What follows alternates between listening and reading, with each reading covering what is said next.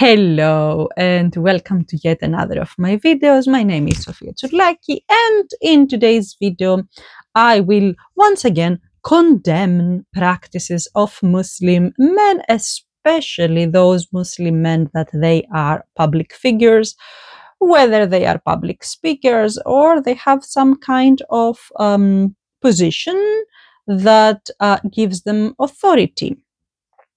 Again, my the reason I make this video is because of videos that circulate Instagram. I'm not very much into X. I'm very much into Instagram. I shouldn't be that much, but anyway, this is another story.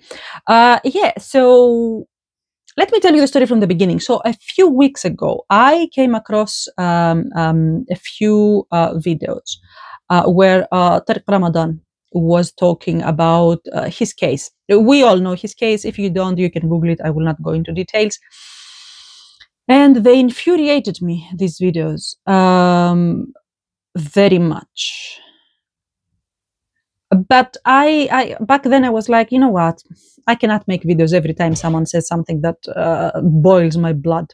But today, the moment I opened Instagram, I was served with a video where three different, very, very well known, for one of them I have already made a video, scholars, and they are considered to be scholars. Now, whether they have studies, one he has, Mufti Menk was one of the three, and he does have credentials. And they were talking about infidelity. And they were talking about infidelity. The third one, at least, definitely he was addressing women and was addressing infidelity of men. Now, for the first and the second, the first was correct. I agreed with what he said, because he said that it's you know, we shouldn't tolerate it. The second, I believe that's what he said. The second one, which was Mufti Menk, he said, he was talking in general. I don't know whether he was talking about females or males fornicators. But the third one, clearly, because he had a comment from a woman who was saying that he cheated on me, but I love him. What should I do? Unfortunately, the message that this video was sending to women out there is that, oh, he cheated on you, it's okay. Yeah, what? Because the way we go, honestly, from one hand, these videos infuriate me, these statements infuriate me as a woman, but on the other hand, I am tired. I'm tired. Honestly, I'm tired. Now, thankfully, under this video about the three wannabe knowers of Islam, there was a female account that was shooting. And I'm happy because I saw another woman actually knowing and addressing the problem. But it was only her, no other comments. Okay. I will tag the video. I will also record it on my mobile, so in case it will be deleted, because I have mentioned names and I don't want to find myself in a courtroom, and I don't have money to pay rich people. I will record it so that I will have evidence that yes, that's exactly what was said publicly. So the first argument was that Mufti Menk said, put forward, was that, oh, maybe this affair, this cheating, this infidelity was brought forward by God so that you can correct your husband or partner or whatever. And here is a very, when they say these things, there are so many things that you can analyze within a sentence of what they say. Let's start with the first and foremost, why I said at the beginning, neither fiqh nor ethics. Who, I mean, they're supposed to be educated, okay? Zina, fornication outside of marriage is punishable crime in Islam. It is one of the worst sins according to the Quran. The Quran has God, for God's sake, God in His Almighty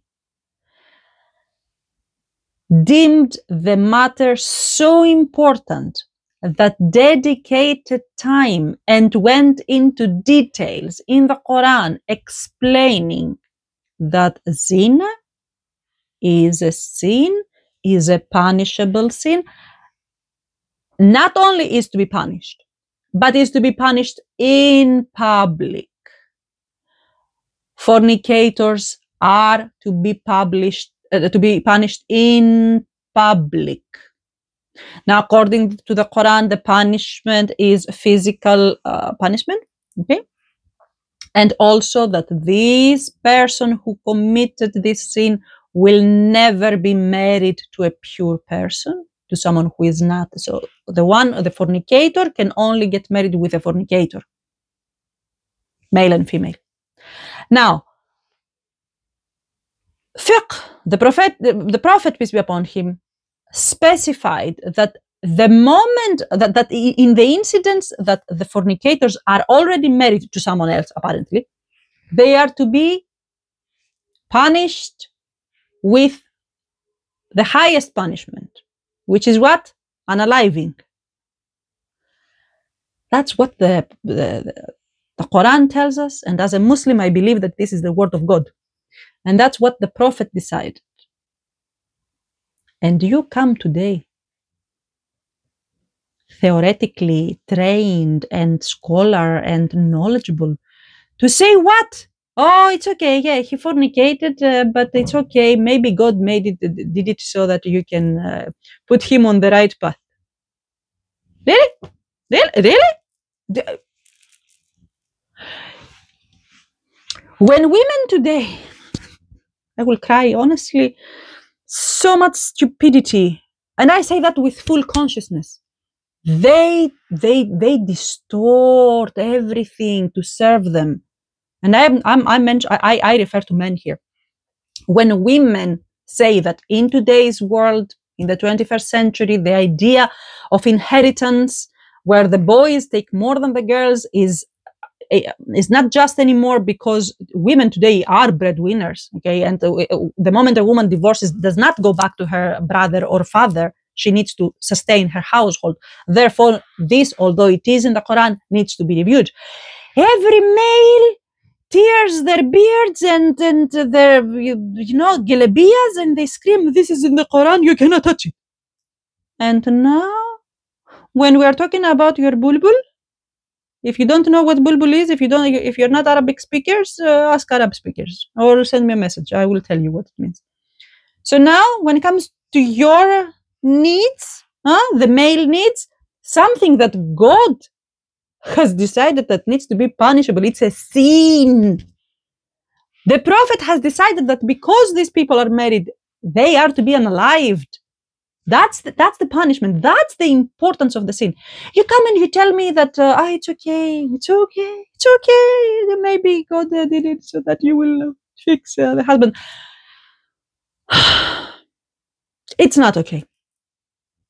And it should not be covered either. It should be public, should be publicized. The moment I realize my husband has cheated, I am to publish it.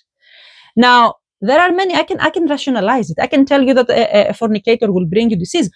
There have been cases where women died because men went out to have fun and brought HIV was this case.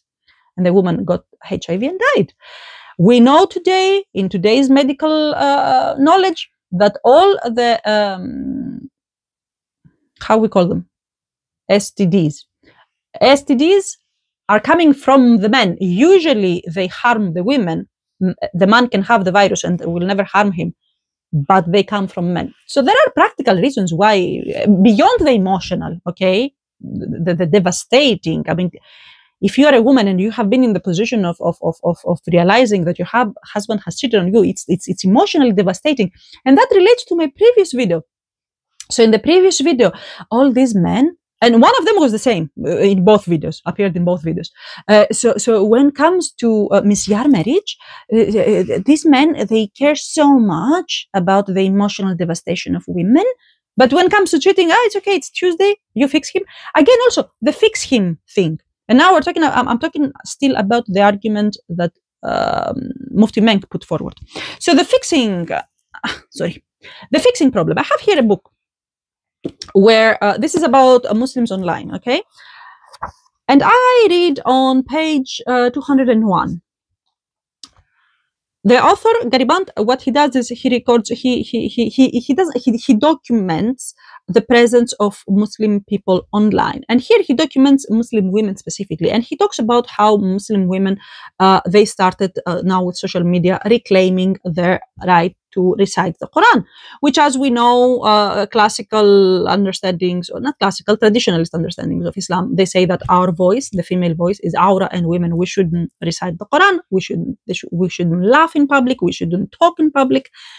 So in this case, Gariband talks about a YouTuber, a female YouTuber, that she was inviting other women that recite the Quran to send her clips so that she will promote them. And I read from the book. The name of the woman was Mariam Amir, or is Mariam Amir. So the author here says, on Facebook, Amir encouraged women to send their recitations, which she would post out with their permission also on social media. She added the proviso: you can include a note before your recitation begins that says something like, I will be reciting, men, please turn off your volume, and leave it to them to be responsible if you are concerned. Now, why do I read this abstract from this book? Because it goes back to what he said, to what Mufti Menk said about infidelity, that, oh, maybe you know about that so that you will fix him.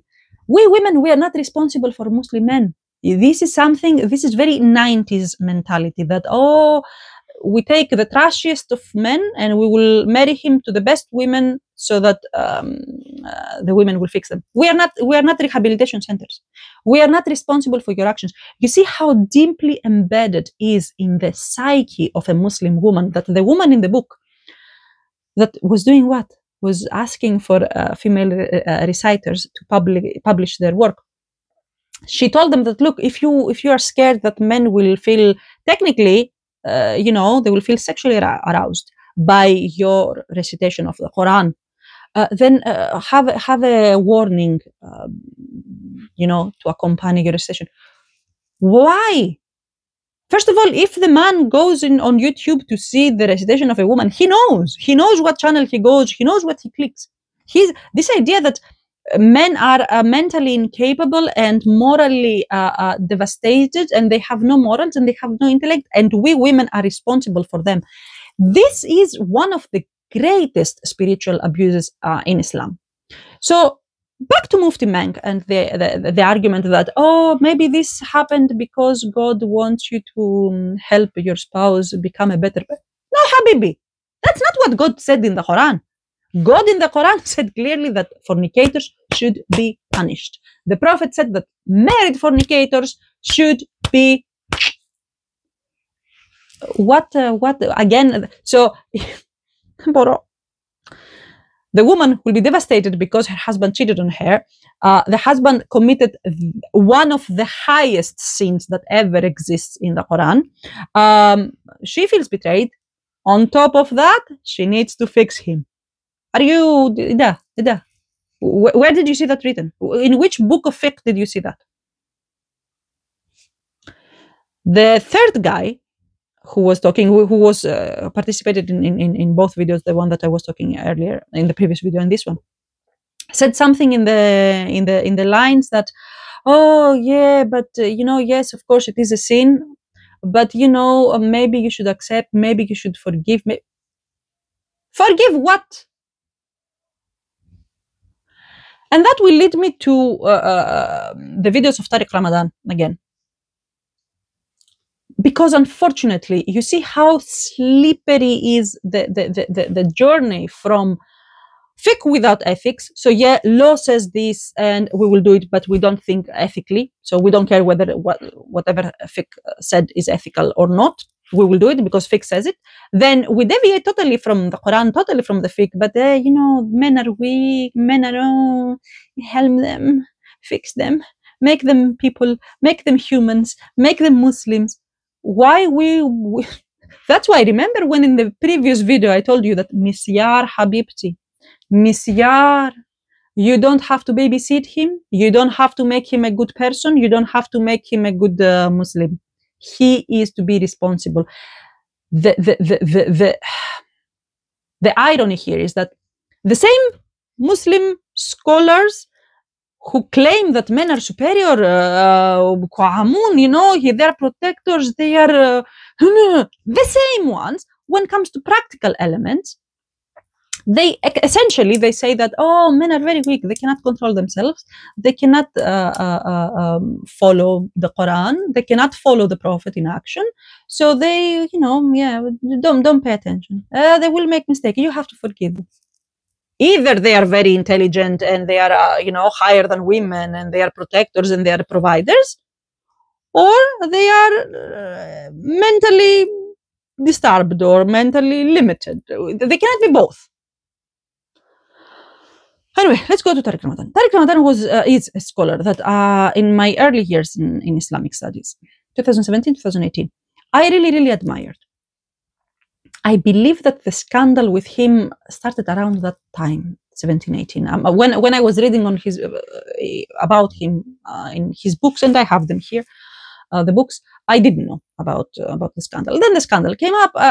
Usually when a scandal, because so what happened when the scandal came up? The majority of Muslim community were saying, "Oh, this is Islamophobia. They want to cancel him and blah blah blah."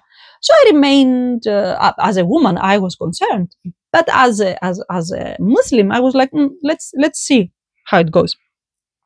It has been a long time since then, and now I saw these two interviews that he gave. And I will read here some of the things that really bothered me on him, and you will see why I relate the two cases.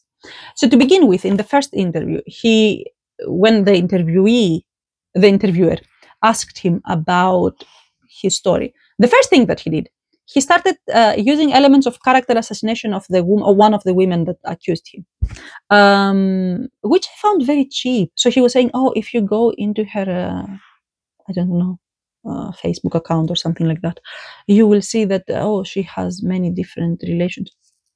She can do whatever she wants.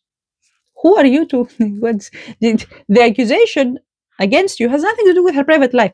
But you see, this, if you have been involved in cases of women calling out men for acting inappropriately, men who have done it are the ones that, instead of saying, no, I didn't do it, what they say, she was asking it, it was what she was wearing, it was what maybe, she has done it with other men.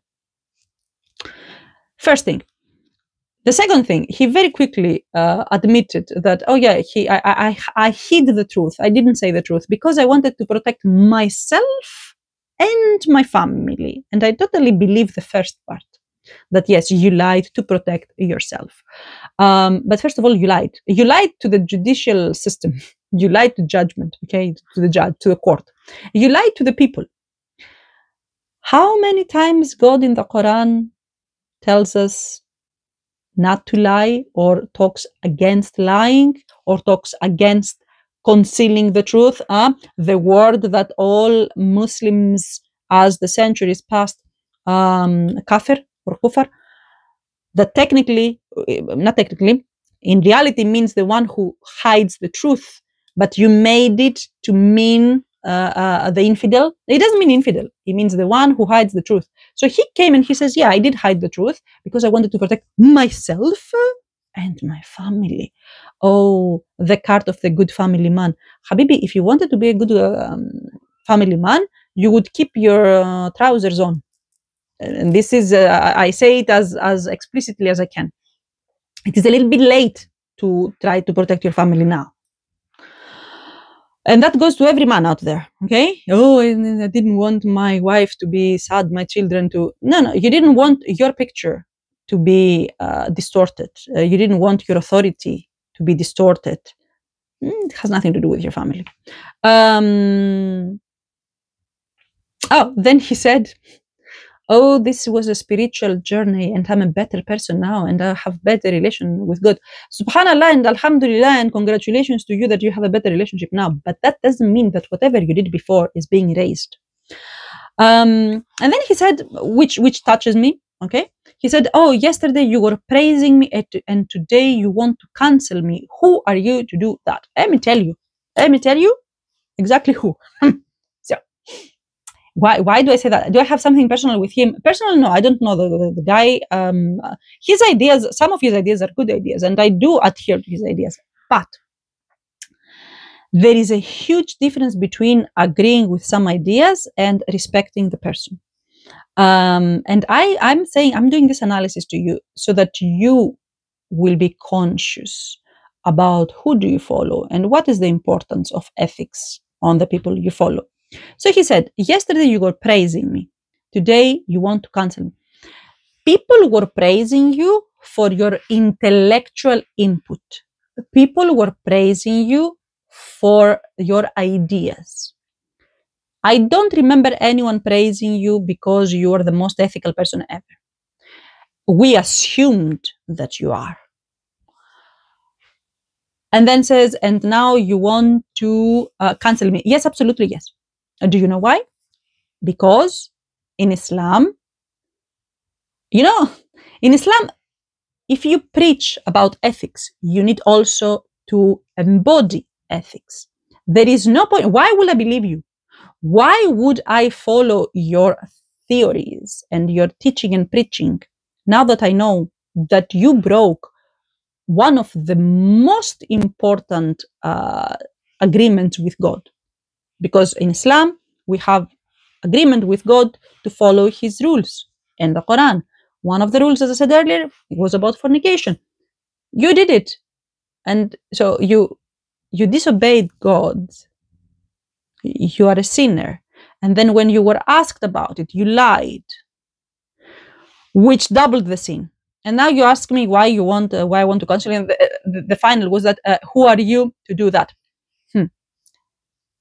We are Muslims. And the most brilliant thing, one of the most brilliant things in Islam is that we do not have appointed authorities. We don't have the Christian system where some council of men decide who is going to be a bishop, who is going to be a priest, who is going to be an archbishop. And these people, according to their position, they have authority on the believer Christians. Okay? This is in Christianity. In Islam, we don't have that. The beauty of Islam is that I can follow the scholars that I agree with. I give power, I give authority on my spiritual journey, on people that I know or I believe that they embody the ethical values that I want to have. There is no point. That's the power of the average Muslim, a power that lately was slightly lost, but now, alhamdulillah, especially with social media, that Muslims are getting educated. In videos like this, they reclaim. So that's who I and every other Muslim that decided to turn their back to you are. I'm not talking about the institutions. He lost his job and his contract with a very famous university. This is for the university. The university does whatever the university wants to do. I'm talking now about the lay believers. So that's who we are. We are Khalifas of God on earth, and we decide who will follow and who will not. And when it's proven now, because you admitted it, that you had extramarital relations, then he said something.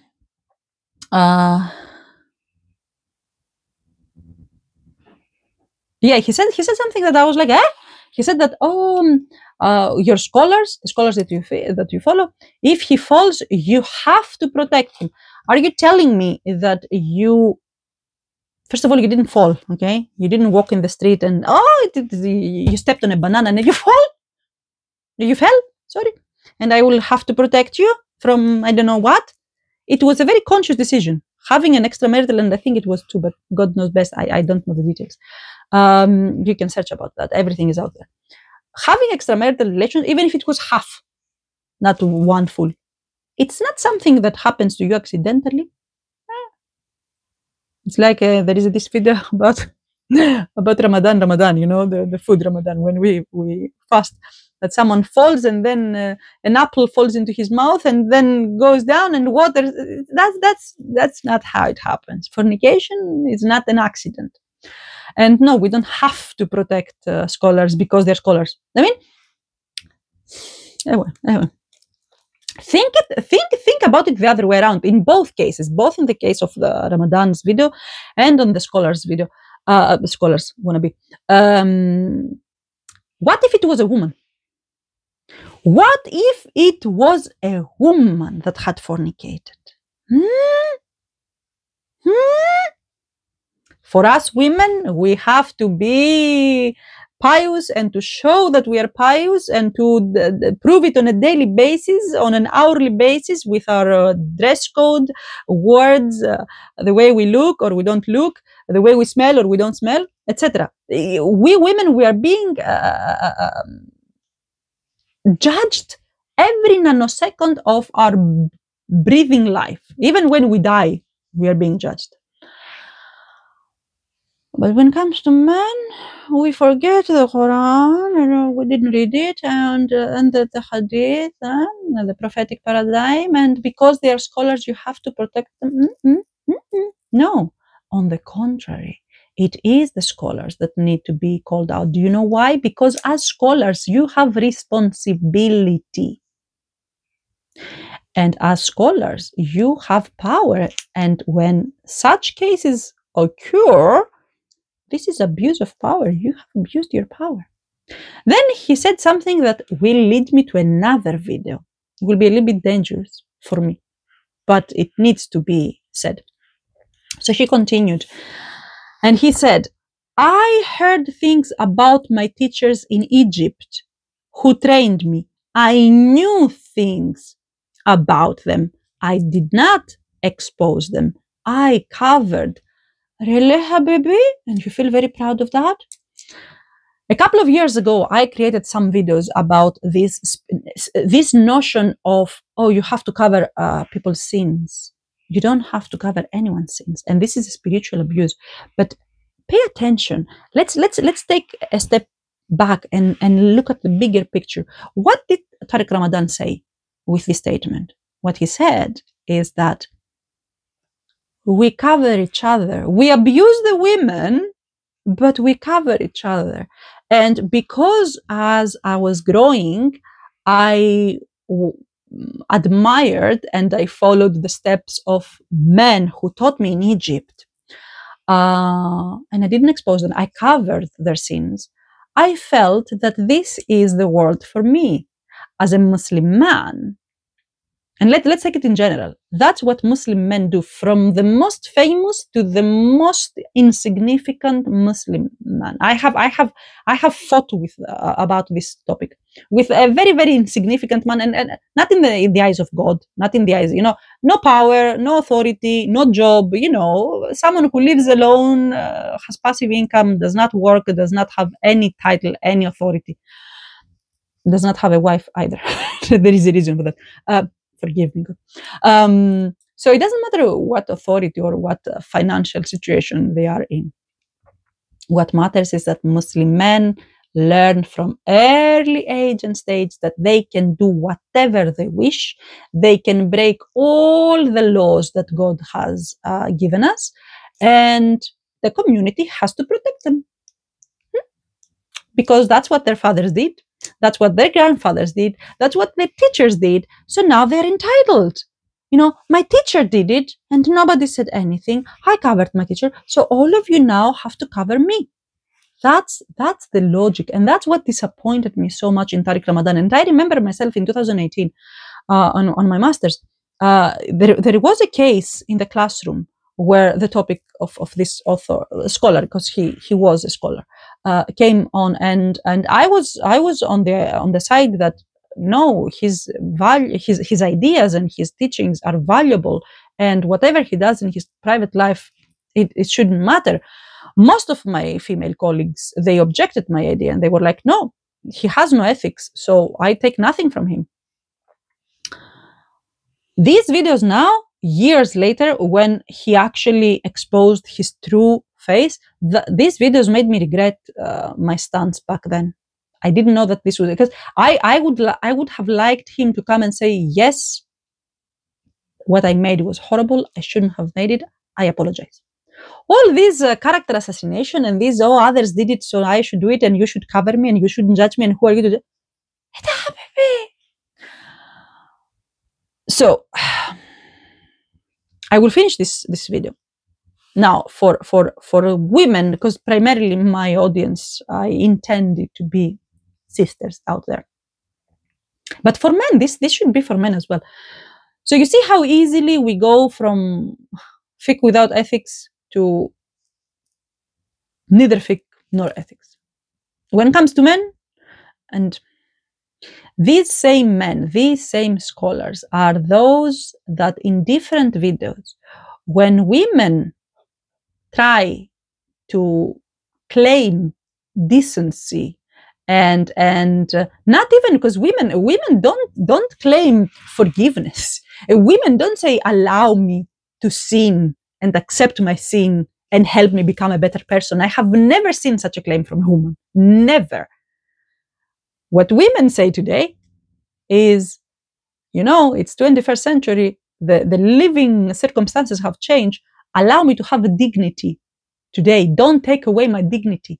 When women have such claims, like the example I said earlier about the inheritance, these same people, the same scholars will come and say, religion is as it is, and you cannot change religion to serve your whims. You see how they do change the religion when it comes to their whims, when it comes to their pleasure. So, first of all, be very sharp.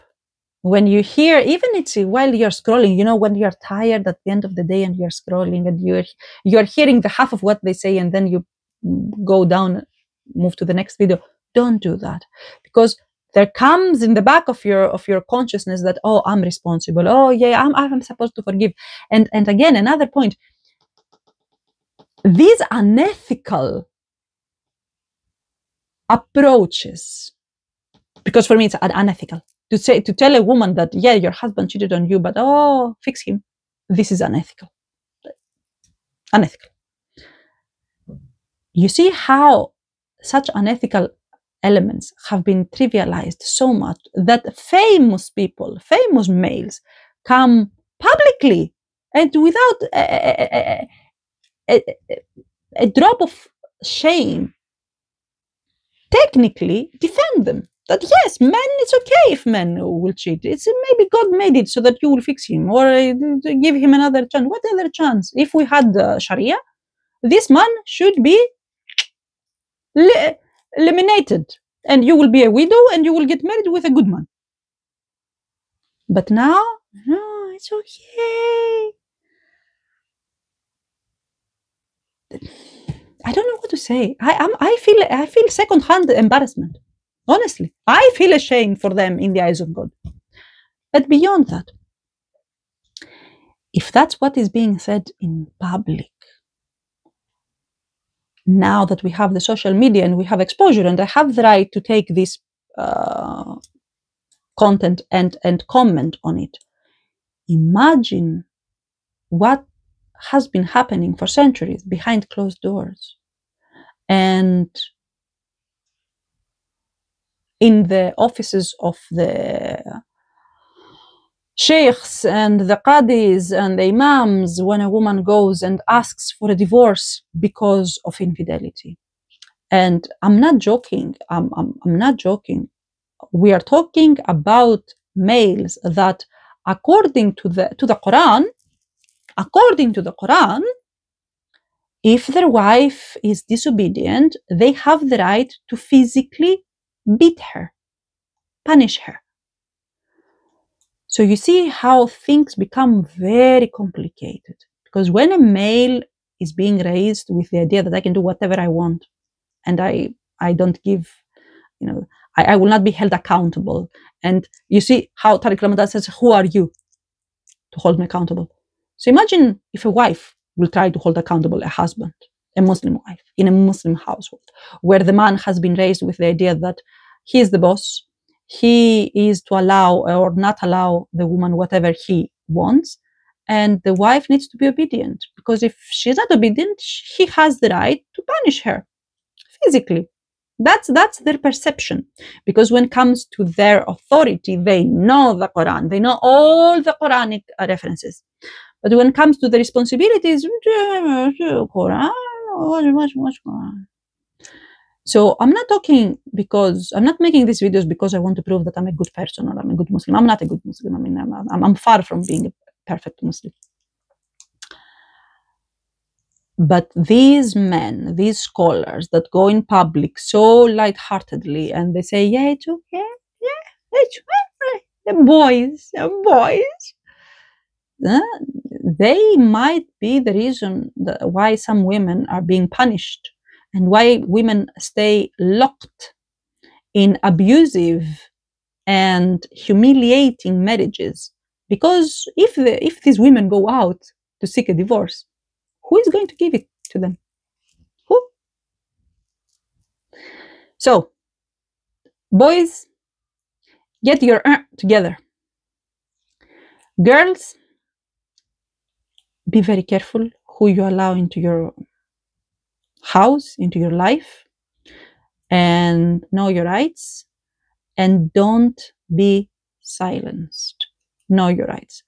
And before you get married, for God's sake, use your right. Draft your contract.